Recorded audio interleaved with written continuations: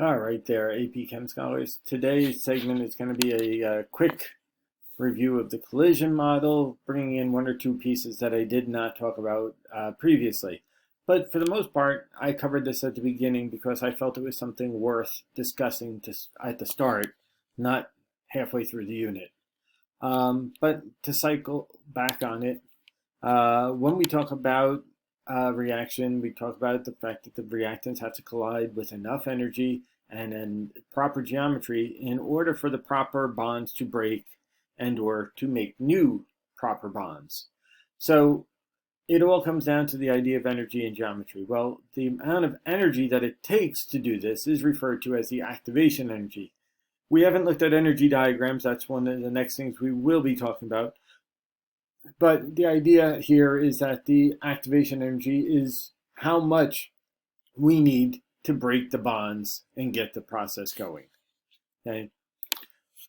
When we look at these distribution diagrams, and we've seen it before, although sometimes instead of kinetic energy down here, it talks about temperature. Well, that's really what this graph is saying. We have two different temperatures. So we're looking at the distribution of the relative number of particles in a system with the amount of energy they would have at a specific temperature. Okay. So as we look at this graph, okay, we see that the dotted line has a peak to the left, meaning at a lower kinetic energy than the solid line. Well, that clearly implies that T1 is at a lower temperature than T2.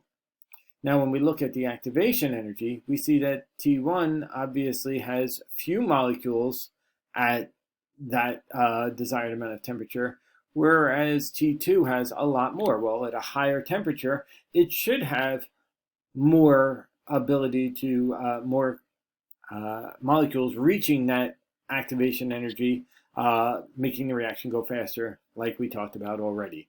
So it's really not anything new in that regard, but we didn't look at it from the idea of activation energy or a Boltzmann diagram. So again, we talked about 5 ways of speeding up a reaction, okay? And they all, with one possible exception, are finding ways of getting more collisions together with a better frequency to get more favorable collisions.